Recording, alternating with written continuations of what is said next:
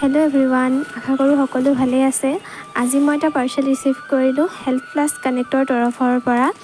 প্ৰথমতে কৈ দিছোঁ, এইটো কোনো পেইড প্ৰমোশ্যন ভিডিঅ' নহয়।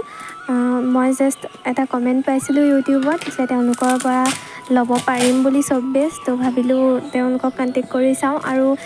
আৰু তেওঁলোকে এই পাৰ্চেলটো পঠালে। ইয়াত আছে 2 কেজি ওজনৰ চ'প বেছ আৰু দুইটা বেলেগ বেলেগ হয়। ইয়াৰ এটা ট্ৰান্সপাৰেণ্ট আৰু আনটো চি বাটাৰৰ হয়।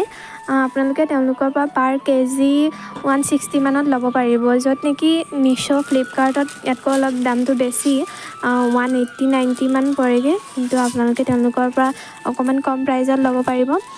আপোনালোকে তেওঁলোকক হেল্থ প্লাছ কানেক্ট ইনষ্টাগ্ৰাম পেজত কণ্টেক্ট কৰিব পাৰিব, নহ'লে মই ইয়াত দিয়া নাম্বাৰটোতো কণ্টেক্ট কৰিব পাৰিব। এই বগা বগা দীঘল দুডাল যে দেখিছে, এইকেইডালেই চ'প বেছ আৰু এই দুটা এচেঞ্চিয়েল অইলছ ফ্ৰেগনেন্সৰ কাৰণে চাবোনৰ গোন্ধ ওলাবৰ বাবে দিয়া হয়। এইটো লেমন আৰু ফ্লাৱাৰৰ পৰা বনোৱা হৈছে। তাৰপিছত মই এটা অমিতা কাটি লৈছোঁ। এই অমিতাটো অলপ বেয়া আছিলে, বেয়াখিনি লোৱা নাই। ভালখিনিৰ পৰা এনেকৈ চিৰিলিকৈ কাটি গুটিখিনি আৰু বাকলিখিনি ভালদৰে আঁতৰাই ল'ম। আৰু অমিতাটো প্ৰথমতে ভালদৰে ধুই ল'ব। মই ধুই লৈছিলোঁ, কিন্তু ভিডিঅ'টো বেছি দীঘল হৈ যাবৰ কাৰণে দেখুওৱা নাই। আৰু এইখিনি ভালদৰে সৰু সৰুকৈ কাটি মিহি কৰি ৰসটো উলিয়াই ল'ম। অমিতাৰ ভিডিঅ' মই আগতেও বনাই থোৱা আছে, অমিতাৰ পৰা চাবোন বনোৱা। আৰু সেইটোত দেখিছিলে অকণমান চাবোনডোখৰ কোমল হৈছিলে লং ভিডিঅ'টোত। আৰু তেতিয়া মই প্ৰথম শিকি আছিলোঁ যে, সেইকাৰণে ভাল হোৱা নাছিলে। এতিয়ালৈ গম পালোঁগৈ কেনেকৈ বনাব লাগে। আৰু আপোনালোকে কমেণ্টত বহুতে ছাজেষ্ট কৰিছিলে, তেওঁলোকক বহুত বহুত থেংক ইউ। আৰু যিসকলে নাজানে তেওঁলোকক কৈছোঁ, মানে এই ৰসখিনি, অমিতাৰ ৰসখিনি অকণমান কমকৈ দিব লাগিব আৰু চ'প বেছখিনি অকণমান বেছিকৈ দিব লাগিব, তেতিয়াই আপোনাৰ চাবোনডোখৰ টান হয়। অমিতাৰ চাবোনটো মই বহুত বনালোঁ, এতিয়ালৈকে কমেও 50-60 পিচমান বনালোঁ। কিন্তু এইবাৰ প্ৰথম বনাইছোঁ নিম পাতৰ পৰা, আৰু আপোনালোকৰ লগতো শ্বেয়াৰ কৰিছোঁ। প্ৰথমতে অমিতাৰ ভিডিঅ'টো এনেদৰে অমিতাৰ ৰসখিনি উলিয়াই ল'ম।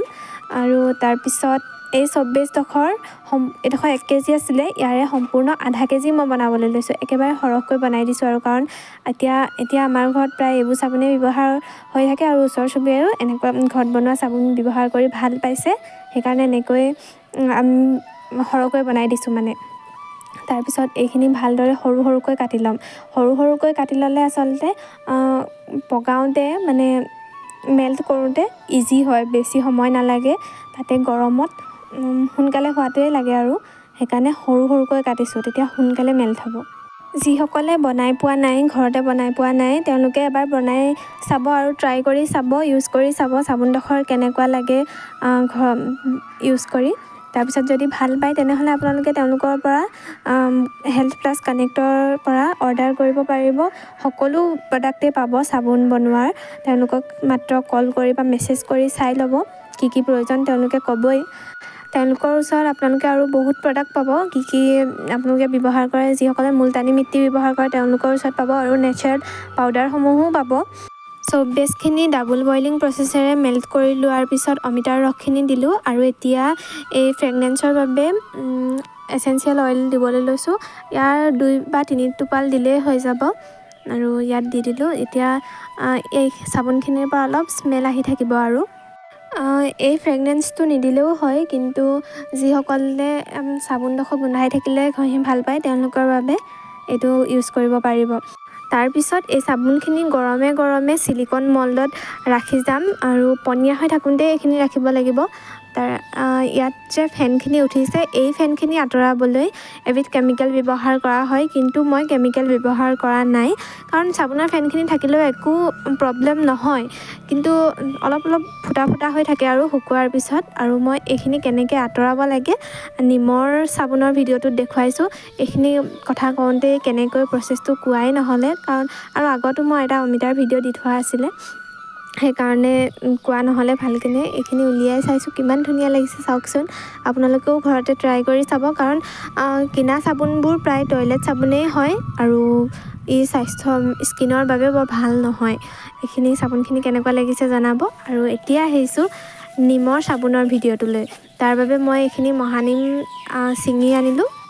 পাতখিনি এনেদৰে চিৰিলিকৈ উলিয়াই ল'লোঁ, আৰু এইখিনি ভালদৰে ধুই ল'ম। দুবিধ নিম থাকে বোলে, মই বাৰু মহানিম বুলি আনিছোঁ, কিন্তু হয়নে নহয় নাজানো দেই।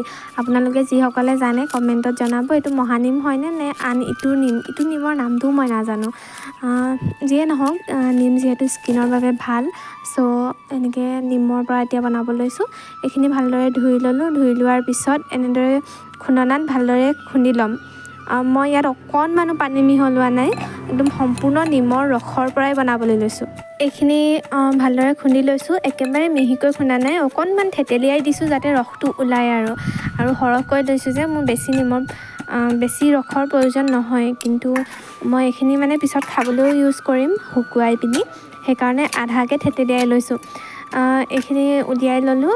তাৰপিছত ইয়াৰ পৰা এই আগৰ যেনেকৈ অমিতাটো চেপিছিলোঁ তেনেকৈ এখন নেট কাপোৰত এইখিনি বাকি পিনি ৰসখিনি উলিয়াই ল'ম। নেট নহ'লে কাপোৰ বা চেকনিও ব্যৱহাৰ কৰিব পাৰিব, যেনেকৈ সুবিধা হয় আপোনালোকে তেনেকৈয়ে ল'ব। মুঠতে এই ৰসখিনি ওলালেই হয় আৰু অকল ৰসখিনিহে ব্যৱহাৰ কৰিম, বাকীবোৰ ব্যৱহাৰ নকৰোঁ। এতিয়া এই ৰসখিনি ওলালে এইখিনি অলপ সময় ৰাখি লৈছোঁ আৰু এতিয়া মই কাটি লৈছোঁ 24 ডোখৰ। এইডোখৰ চি বাটাৰৰ 24 ডোখৰ এইডোখৰকৈ লৈছোঁ। এইডোখৰ অকণমান স্কিনৰ বাবে ভাল বুলি তেখেতলোকে জনাইছিলে। ইয়াৰ চি বাটাৰৰ আপোনালোকে ক্ৰীম বা কিবাকিবিবোৰ ব্যৱহাৰ কৰিছেই চাগে, ফেচ ৱাছো আছে নেকি। এইখিনিকে লৈছোঁ আৰু গামলাটো যে অকণমান লেতেৰা দেখিছে, এইটো অমিতা বনোৱা গামলাটোতে লৈছোঁ, কাৰণ ইয়াত আগৰ চব অকণমান লাগিও আছিলে। এইখিনিতে মেল্ট কৰি দিলে সেইখিনিও মানে ইউজ হৈ যাব আৰু। ভালদৰে কাটি মেলি ল'লোঁ। 24খিনি আগৰ নিচিনাকৈ সৰু সৰুকৈ কাটিছোঁ আৰু এইখিনি ইমান ছফ্ট, ট্ৰান্সপাৰেণ্ট নহয়, ইমান ধুনীয়া হোৱাইট কালাৰ এটা আহি আছে, কিমান ধুনীয়া লাগিছে নহয়নে। তাৰপিছত এইখিনি ডাবুল বইলিং প্ৰচেছত মেল্ট কৰি লৈছোঁ। ডাবুল বইলিং প্ৰচেছ মানে তলত এটা কেৰাহী বা কিহবাত পানী ৰাখি পিনি সেইখিনি উতলাই ওপৰত বেলেগ এটা বাচন দি পিনি মেল্ট কৰাটোকে ডাবুল বইলিং প্ৰচেছ বুলি কয়। তাৰপিছত এইখিনি ভালদৰে মেল্ট হোৱাৰ পিছত ইয়াত নিমপাতৰ ৰসখিনি দি দিলোঁ আৰু নিমপাতৰ ৰস দিয়াৰ লগে লগে হৈ গ'ল। আৰু মই ইয়াত ফ্ৰেগনেন্স দিয়া নাই, কাৰণ এইখিনি মই ইউজ কৰিম যে, মই নিজৰ কাৰণে মই গোন্ধ ইমান ভাল নাপাওঁ আৰু মোৰ এলাৰ্জি থকাৰ বাবে মই ইউজ কৰিব নোৱাৰোঁ, সেইকাৰণে মই গোন্ধ দিয়া নাই। আৰু আগৰ ভিডিঅ'টোত যে কৈছিলোঁ এই হেৰিখিনি আঁতৰাম বুলি, এই ফেনখিনি আঁতৰাবলৈ কি কৰিব জানেনে, সৰু চামুচ বা সেই ইউজ কৰি থকা হেতাখনেৰে ফেনখিনি লাহেকৈ কাঢ়ি দিব, অকণমানকৈ মই যেনেকৈ দেখুৱাইছোঁ তেনেকৈ কাঢ়ি পিনি বেলেগ ছাইডত থৈ দিব আৰু সেইখিনিও ইউজ কৰিব পাৰিব। তাৰপিছত এইখিনি হৈ গ'ল আৰু এয়া দেখিছেনে চাবোনডোখৰ কিমান ধুনীয়া হৈছে। অকণমান থাকিলে, এইটো মই প্ৰথম বনাইছোঁ যে নিমপাতৰ এইটো প্ৰথম ভিডিঅ' বনাইছোঁ, সেইকাৰণে অকণমান থাকিলে আৰু নেক্সট বাৰৰ পৰা ইয়াতকৈ ভাল হ'ব। কেনেকুৱা পালে ভিডিঅ'টো কমেণ্টত জনাব দেই, আৰু তেওঁলোকক কণ্টেক্ট কৰিব আপোনালোকৰ কিবা প্ৰয়োজন হ'লে। চাবোন কেইপিচ কেনেকুৱা লাগিছে জনাব, আৰু যথেষ্টখিনি টান হৈছে নহয়নে। আৰু মই ইয়াতে ইউজ কৰি দেখুৱাই দিছোঁ ফেনাই নে নেফেনাই। প্ৰথমতে নিমডোখৰ ইউজ কৰিছোঁ, কাৰণ মই বহুত এক্সাইটেড হৈ আছিলোঁ নিমৰ চাবোনডোখৰ বনাম বুলি। ইয়াত দেখিছেনে কিমান ধুনীয়াকৈ ফেনাইছে। ইয়াৰ পিছত অমিতাডোখৰো বনাম, মানে চাবোনডোখৰ ফেনাবই, কিন্তু টান কৰিবলৈ আপোনালোকে 24খিনি অকণমান বেছিকৈ দিব লাগিব, আৰু ফেনাবলৈও 24 বেছিকৈ দিব লাগিব। মুঠতে 24ৰ ওপৰতে কথা আৰু কিমানটো ফেনাই নেফেনাই। ভিডিঅ'টোত যদিও ধৰিব পৰা নাই, কিন্তু যথেষ্টখিনি ফেনাইছে। এতিয়া অমিতাৰ চাবোনডোখৰো দেখুৱাই দিছোঁ। অমিতাৰ চাবোনডোখৰ কিন্তু মই পাৰ্চনেলি ইউজ কৰি ভাল পাওঁ, কাৰণ এইখিনি বহুত ছফ্ট হয় আৰু স্কিনটো ইমানেই ধুনীয়া কৰি দিয়ে, মানে আপোনালোকে যদি এবাৰ ইউজ কৰি চাই একদম ছফ্ট হৈ যাব অমিতাৰ চাবোনডোখৰ স্পেচিয়েলি। ভিডিঅ'টো কেনেকুৱা পালে কমেণ্টত জনাব, আৰু সকলোৰে লগত শ্বেয়াৰ কৰিব যিসকলে এইবোৰ বনোৱাৰ প্ৰতি আগ্ৰহী। আজিলৈ আহিছোঁ, সকলো ভালে থাকক, বাই বাই।